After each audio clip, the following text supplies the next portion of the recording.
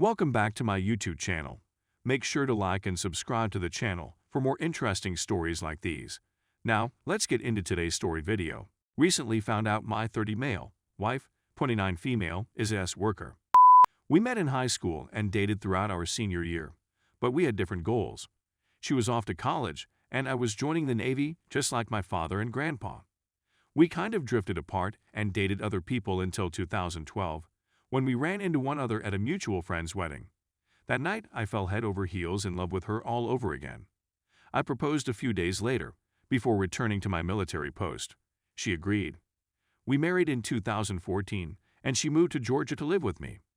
We had 2 wonderful years together, but in 2016, I was deployed abroad for the last 2 years of my contract, and she returned home to live with her parents.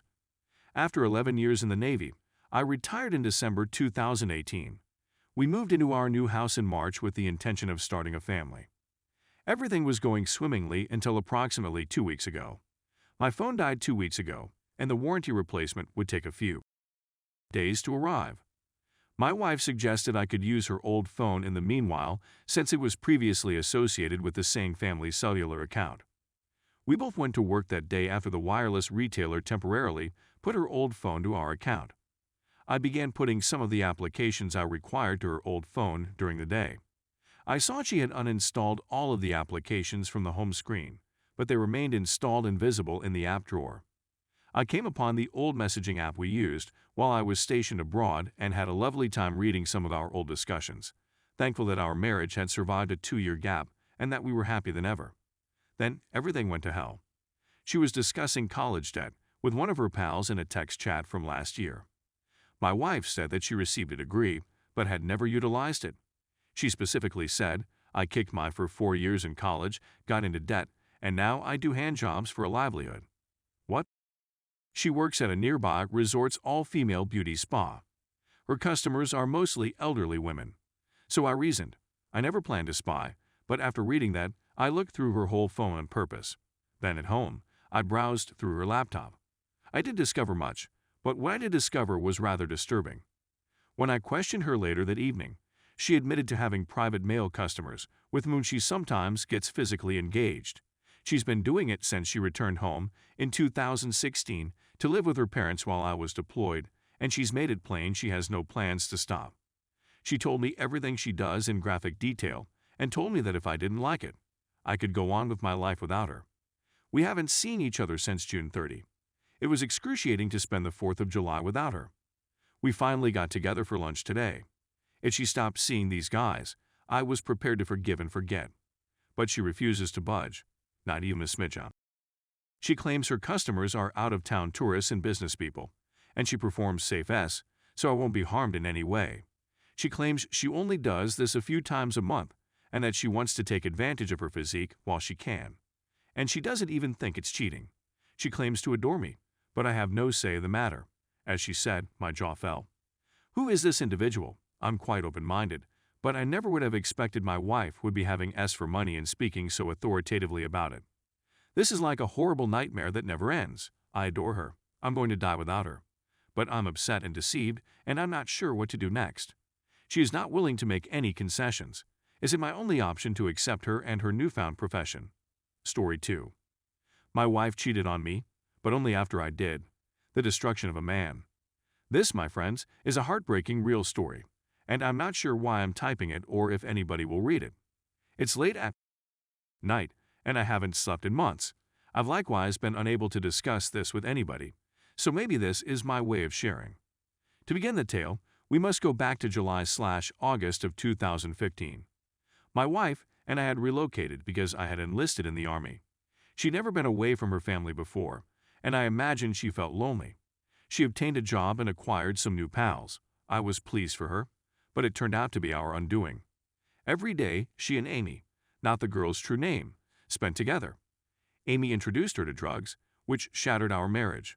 During this period, my wife seldom spent time with me or spoke to me much. She would shout at me in front of her buddy, and her companion would even berate me. This is when I made the fatal error. I went online and met a woman we'll name Bianca. Bianca was lovely, and clever. I hadn't made any friends in my unit, So it was wonderful to have someone to chat to who didn't seem to dislike the sight of me. I met Bianca around 2 weeks after we started talking online, and we slept together. My wife found out and was much more devastated than I had anticipated. It broke my heart to watch her weep. We agreed we needed some space, so she returned home for a week to be with her family. I expected her to spend this time to reflect on our marriage. As most of you would expect, she slept with someone else right away. They would meet almost every day, use pot, drink, and sleep together. After she returned, she lied about the romance for approximately a month. She continued changing her mind about it, telling me one day that they had slept together and the next that they hadn't, and that she had just told me that she had slept with him to make me upset and punish me for my transgression. My wife came home, and instead of therapy or even just sitting down and talking, she resumed berating me every day and spending her time with Amy.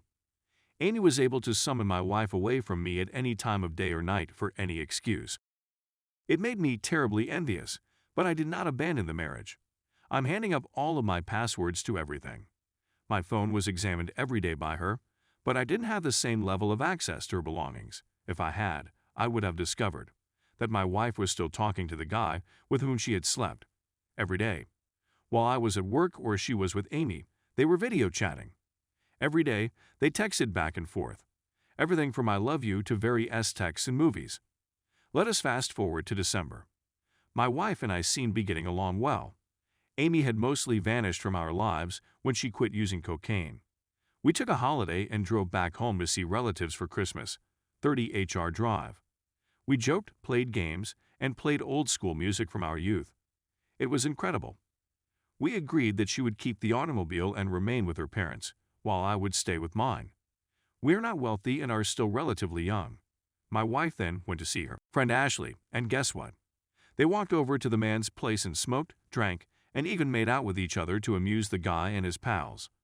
Her and the man had us once more. My wife and I went on a date the following day, and we spent Christmas Eve with my family. It was fantastic, and I had a terrific time.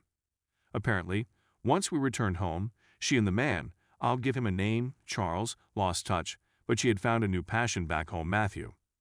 Matthew is a much older guy. My wife is 20, he is 40. Matthew and my wife met on a dating website where she was sending naked pictures to anybody who messaged her. Matthew and my wife had met twice, one of which she had stayed the night. Her and Amy devised a scheme to fool me into thinking my wife was spending the night at Amy's. I noticed my wife's attitude had altered and she appeared pretty off a week after she spent the night at Matthew's.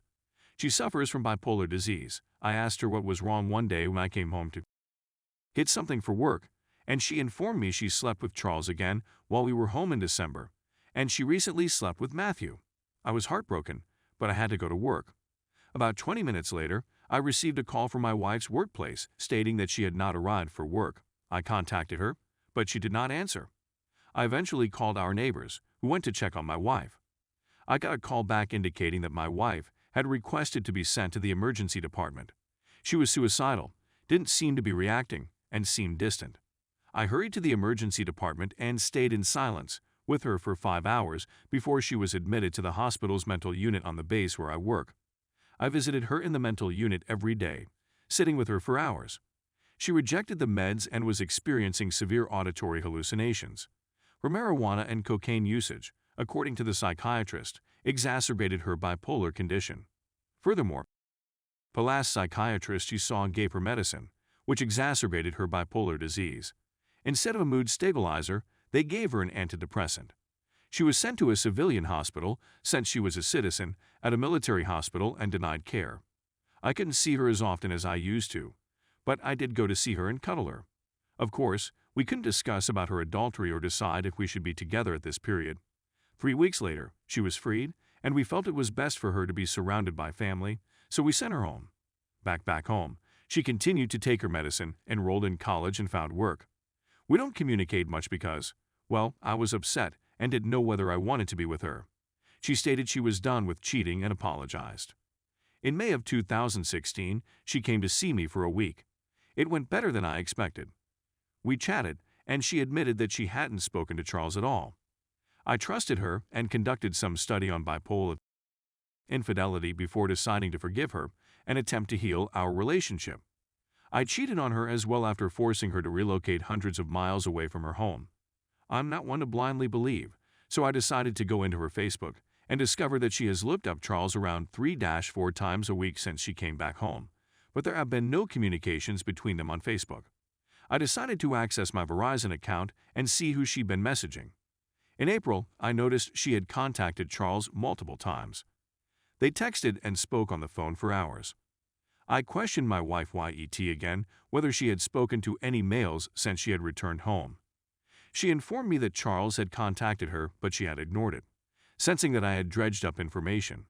Needless to say, when I probed her, her tale shifted and unraveled. She claims she eventually called him to get marijuana and ended up smoking with him. She claims they never had sex and that she only saw him once. According to the records, they ceased chatting on April 29th. They chatted on the phone for an hour TWO times on April 29th. And then my wife phoned him 9 times in a row and he never responded or answered, and they haven't spoken since. I had a video conference with her approximately a week ago and instructed her to dial his number on speakerphone. They converse and he admits that they did not have sex in April. However, my wife and I were disconnected for around 2 minutes on the initial call before she called me back. So there's a 2-minute gap, and she's previously shown that she's skilled at deception. Her rationale for checking him up on Facebook is that she had stopped communicating to him and wanted to make sure he didn't publish any of their images or videos. I realize it makes no sense, but whatever. She claims they haven't spoken since April, that she regrets everything, and that it was foolish of her to smoke with him and see him again. She has evolved. She has made an effort, but I can't seem to sleep well anymore. I still don't have any friends here, and I've been sleeping on the sofa since my wife was admitted to the hospital. I've been really hating myself for cheating on her and blaming myself for everything. I didn't speak to her enough after she came out of the hospital and drove her back to Charles. If I hadn't been weak and cheated first, she would never have slept with or ever met Charles. Now, on Reddit, you've read my condensed account of events. I'm not sure whether I'm looking for guidance or if I simply wanted somewhere to vent. I'm feeling a lot better now. I'm hoping to get some sleep tonight. This is my first Reddit post, and I'm not sure whether anybody will read it. Please leave a remark or anything if you read it. Tough love is welcomed, as is hatred, and even the Darude. Sandstorm remarks would be appreciated in breaking up the despair, suffering, and loneliness that has become my existence.